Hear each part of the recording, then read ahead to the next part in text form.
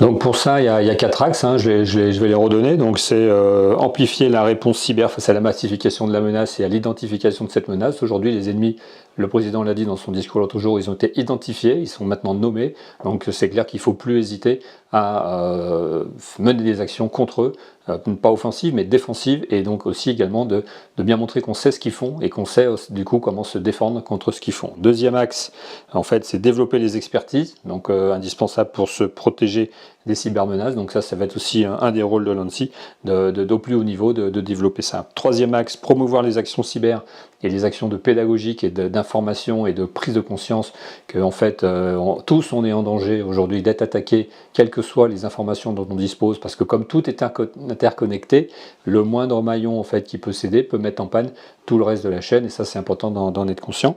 Et puis quatrièmement, renforcer les enjeux sociétaux. Là je m'apaise pas parce que voilà, c'est pas intéressant par rapport au sujet, par rapport à l'ANSSI.